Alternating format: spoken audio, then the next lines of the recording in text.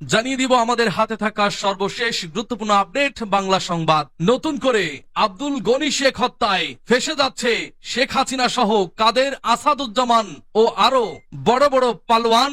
মুরগির খামারের মতো ধরে ধরে জবাই হচ্ছে আওয়ামী লীগ নেতা নেত্রীরা। 400 জনের বিরুদ্ধে এবার মামলা হয়েছে। যে কোনো মুহূর্তেই হাসিনা দেশে ঢুকলে ফাঁসি থেকে আর রক্ষা নাই। দর্শক, জানিয়ে দিব এ বিষয়ে বিস্তারিত সংবাদে।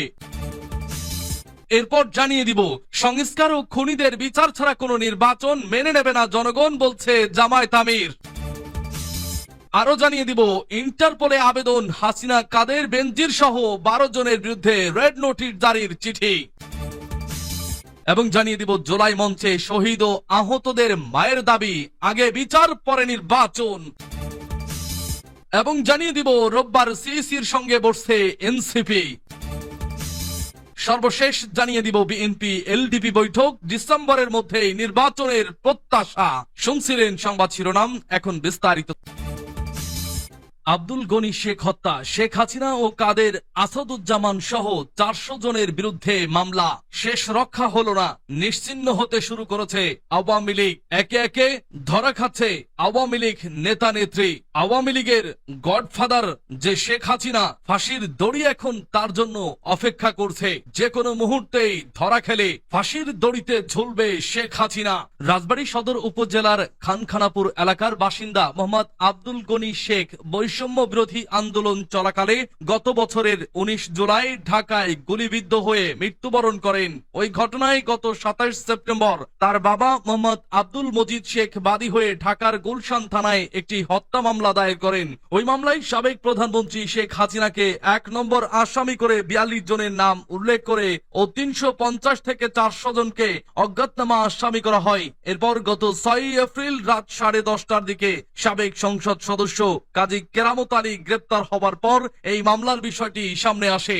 মামলার আসামিরা হলেন সাবেক প্রধানমন্ত্রী ও আওয়ামী লীগের সভাপতি শেখ হাসিনা, সাবেক স্বরাষ্ট্রমন্ত্রী আসাদুজ্জামান খান কামাল, আওয়ামী লীগের সাধারণ সম্পাদক এবং সড়ক যোগাযোগ ও সেতু মন্ত্রী উবাইদুল কাদের, সাবেক পররাষ্ট্রমন্ত্রী হাসান মাহমুদ, সাবেক পরিবেশ মন্ত্রী ডাক্তার দীপুমণি, সাবেক শিক্ষামন্ত্রী ডাক্তার মহিবুল হাসান চৌধুরী নওফেল, সাবেক আইসিটি মন্ত্রী জুনায়েদ আহমেদ পলক, সাবেক তথ্য প্রতিমন্ত্রী মোহাম্মদ এ আরাফাত, সাবেক তথ্যমন্ত্রী ও জাসদ সভাপতি হাসানুল হক ইনু, আওয়ামী লীগের যুগ্ম সাধারণ সম্পাদক মাহবুব উল আলম হানিফ, সাবেক রেলমন্ত্রী ও রাজবাড়ী 2 আসনের সাবেক সংসদ সদস্য মোহাম্মদ জিল্লুল হাকিম, সাবেক শিক্ষা প্রতিমন্ত্রী ও রাজবাড়ী 1 আসনের সাবেক সংসদ সদস্য কাজী কেরামত আলী, সাবেক বিচারক ও যুদ্ধাপরাধ ট্রাইব্যুনালের কোঅর্ডিনেটর মোহাম্মদ শামসুল হক, ঢাকা 11 আসনের সাবেক সংসদ সদস্য ওয়াকিল উদ্দিন, সাবেক এমপি শাহজাহান খান, আওয়ামী লীগ কেন্দ্রীয় কমিটির সদস্য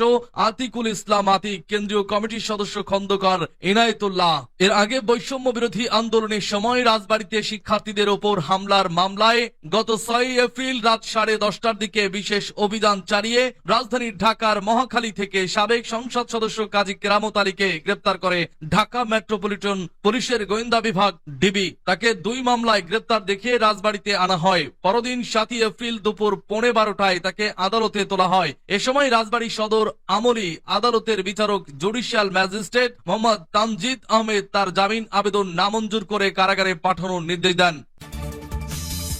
সংস্কার ও খুনিদের বিচার ছাড়া কোনো নির্বাচন মেনে নেবে না জনগণ, বলছে জামায়াত আমির। বাংলাদেশ জামায়াতে ইসলামীর আমির ডাক্তার শফিকুর রহমান বলেছেন, নির্বাচনের আগে সরকারকে অবশ্যই 2টি কাজ নিশ্চিত করতে হবে। একটি হচ্ছে খুনিদের বিচার, আর এ বিচার অবশ্যই দৃশ্যমান হতে হবে। আরেকটি হচ্ছে প্রয়োজনীয় সংস্কার। এ দুটি ছাড়া বাংলাদেশের জনগণ কোনো নির্বাচন মেনে নেবে না। শনিবার লালমনিরহাট শহরের কালেক্টরেট মাঠে জেলা জামায়াত আয়োজিত জনসভায় প্রধান অতিথির বক্তব্যে আমিরের জামায়াত এসব কথা বলেন। জামায়াত আমির বলেন, যারা ক্ষমতাকে চিরস্থায়ী করে রাখার জন্য একেবারে বেপরোয়া হয়ে উঠেছিল, মানুষের জীবন যাদের কাছে কোনো জীবনই ছিল না, তারা ক্ষমতার একেবারে শেষ প্রান্তে এসে সরাসরি স্পষ্ট দিবালোকে মানুষের বুকে গুলি ছুড়ে হাজার হাজার মানুষকে হত্যা করেছে।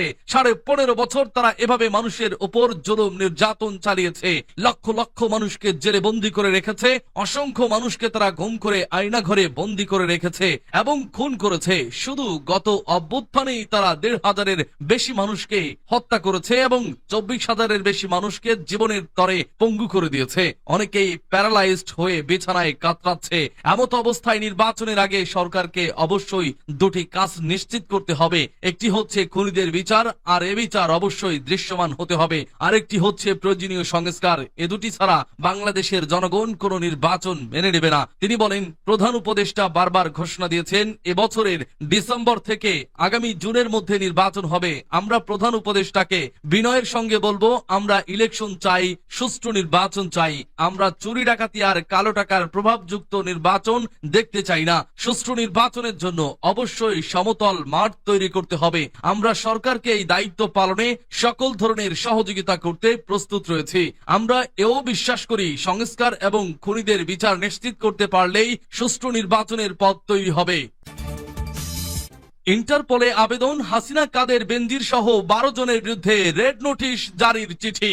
জুলাই গণ অভ্যুত্থানে ক্ষমতাচ্যুত প্রধানমন্ত্রী শেখ হাসিনা সহ 12 জনের বিরুদ্ধে রেড নোটিশ জারির জন্য আন্তর্জাতিক পুলিশ সংস্থা ইন্টারপোলের কাছে আবেদন করা হয়েছে। বিদেশে পলাতক ওই ব্যক্তিদের বিরুদ্ধে রেড নোটিশ জারি করতে ইন্টারপোলের কাছে পৃথক 3টি ধাপে আবেদন করেছে বাংলাদেশ পুলিশের national central bureau. Sheikh Hasina সহ যাদের বিরুদ্ধে রেড নোটিশ জারির আবেদন করা হয়েছে তারা হলেন আওয়ামী লীগের সাধারণ সম্পাদক এবং সাবেক সড়ক পরিবহন ও সেতু মন্ত্রী উবাইদুল কাদের, সাবেক স্বরাষ্ট্রমন্ত্রী আসাদুজ্জামান খান, সাবেক মুক্তিযুদ্ধ বিষয়ক মন্ত্রী আকমা মুজাম্মেল হক, সাবেক পররাষ্ট্রমন্ত্রী হাসান মাহমুদ, সাবেক বস্ত্র ও পাট মন্ত্রী জাহাঙ্গীর কবির নানক, সাবেক শিক্ষামন্ত্রী মহিবুল হাসান চৌধুরী, ঢাকা দক্ষিণ সিটি কর্পোরেশনের সাবেক মেয়র শেখ ফজলে নূর তাপস, সাবেক প্রধানমন্ত্রীর প্রতিরক্ষা বিষয়ক উপদেষ্টা মেজর জেনারেল তারেক আহমেদ সিদ্দিক, সাবেক বিদ্যুৎ প্রতিমন্ত্রী নসরুল হামিদ, সাবেক তথ্য প্রতিমন্ত্রী মোহাম্মদ আলী আরাফাত ও সাবেক আইজিপি বেনজির আহমেদ।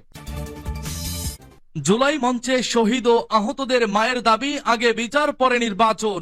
জুলাই আন্দোলনে নিহত আহতদের মায়েরা বলেছেন, আমাদের সন্তানদের হত্যাকারীদের বিচার আগে পরে নির্বাচন। বিচার না হওয়া পর্যন্ত কোনো নির্বাচন আমরা মানি না, মানব না। তারা বলেন যে আওয়ামী লীগ জুলাই আগস্টে গণহত্যা চালিয়েছে, সেই আওয়ামী লীগ বাংলাদেশে রাজনীতি করার কোনো অধিকার রাখে না। গণহত্যায় জড়িত সবাইকে গ্রেপ্তার ও হত্যাকারীদের রাজনীতি নিষিদ্ধের দাবিতে শনিবার বিকালে যাত্রাবাড়ি থানার সামনে জুলাই মঞ্চের উদ্যোগে শহীদি মার্চ সভায় তারা এ দাবি জানান। মায়েরা কান্না জড়িত কণ্ঠে বলেন, আমাদের বুক খালি হয়েছে, আমরা বুঝি কত বেদনা দুঃখ বুকে ধারণ করছি। তারা বলেন, জুলাই গণ অভ্যুত্থানে যে নৃশংস হত্যাকাণ্ড ঘটানো হয়েছে তার মধ্যে পুলিশ, র্যাব ও বিজেপি সদস্যরা জড়িত রয়েছে। তারা গুলি করেছে, সব পুলিশ সদস্যরা দায়ী সেটা আমরা বলছি না। আমরা বারবার বলছি, যারা সুনির্দিষ্ট অপরাধের সঙ্গে জড়িত তাদের চিহ্নিত করে বিচারের মুখোমুখি করতে হবে। তারা আরো বলেন, জুলাই গণহত্যায় জড়িত এমন অসংখ্য আসামি এখনো আটক হয়নি। আমাদের আহ্বান থাকবে জুলাই গণহত্যার বিচারের কার্যক্রমের গতি বাড়ানোর। এ সময় শহীদ মেহেদী হাসানের মা পারভিন আক্তার, শহীদ শাকিলের মা হেলেনা বেগম, আহত নিয়াজ মোর্শেদের মা ফিরোজা বেগম, সাজ্জাদ হোসেনের মা জোসনা বেগম, মিজান শিকদারের স্ত্রী শাহিনা বেগম বক্তব্য দেন। রোববার সিইসির সঙ্গে বসছে এনসিপি। প্রধান নির্বাচন কমিশনার এএমএম নাসির উদ্দিনের সঙ্গে বৈঠকে বসতে যাচ্ছে জাতীয় নাগরিক পার্টি।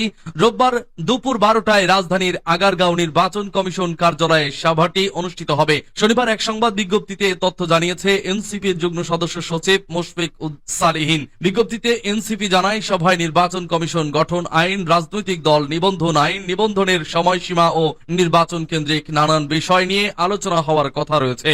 সভায় এনসিপির মুখ্য সমন্বয়ক নাসির উদ্দিন পাটোয়ারির নেতৃত্বে 5 সদস্যের একটি প্রতিনিধি দল অংশগ্রহণ করবে। প্রতিনিধি দলের আরো উপস্থিত থাকবেন যুগ্ম আহ্বায়ক অনিক রায়, খালিদ সাইফুল্লাহ, মুজাহিদুল ইসলাম শাহিন ও তাজনুভা জাবিন। বিএনপি এলডিপি বৈঠক, ডিসেম্বরের মধ্যেই নির্বাচনের প্রত্যাশা। দেশের চলমান রাজনৈতিক প্রেক্ষাপট ও আগামী নির্বাচনের সম্ভাব্য সময়সীমা নিয়ে আলোচনা করতে বৈঠক করেছেন বিএনপি ও এলডিপির নেতারা। আগামী ডিসেম্বরের মধ্যেই অন্তর্বর্তী সরকার নির্বাচনের আয়োজন করবে বলে প্রত্যাশা করছেন দল দুটির নেতারা। শনিবার গুলশানে বিএনপি চেয়ারপারসনের কার্যালয়ে এ বৈঠক অনুষ্ঠিত হয়। সন্ধ্যা 7টা 15 মিনিট থেকে রাত 8টা 15 মিনিট পর্যন্ত ঘণ্টাব্যাপী এ বৈঠকে বিএনপির পক্ষে উপস্থিত ছিলেন দলের জাতীয় স্থায়ী কমিটির সদস্য নজরুল ইসলাম খান। এলডিপির পক্ষে নেতৃত্ব দেন মহাসচিব রেদওয়ান আহমেদ। এছাড়াও এলডিপির প্রেসিডিয়াম সদস্য নিয়াবুল বাশির, আওরঙ্গজেব বেলাল, ভাইস প্রেসিডেন্ট মাহে আলম চৌধুরী, উপদেষ্টা মণ্ডলীর সদস্য মাহবুবুর রহমান এবং যুগ্ম মহাসচিব বিল্লাল হোসেন মিয়াজি উপস্থিত ছিলেন। বৈঠক শেষে বিএনপি নেতা নজরুল ইসলাম খান বলেন, নির্বাচনের জন্য এখনই আন্দোলনের প্রয়োজন আছে বলে মনে করছে না বিএনপি। আমরা আশা করি সরকার জন আকাঙ্ক্ষা পূরণে ডিসেম্বরের মধ্যেই একটি গ্রহণযোগ্য নির্বাচনের আয়োজন করবে। এলডিপি মহাসচিব রেদওয়ান আহমেদ বলেন, 9 মাস পেরিয়ে গেলেও এখনো রাজনৈতিক সংস্কার হয়নি। সরকার একবার এক কথা বলে আবার পাল্টে ফেরে। আমরা অনুরোধ করছি যত দ্রুত সম্ভব সংস্কার সম্পন্ন করে ডিসেম্বরের মধ্যেই নির্বাচন দেওয়া হোক।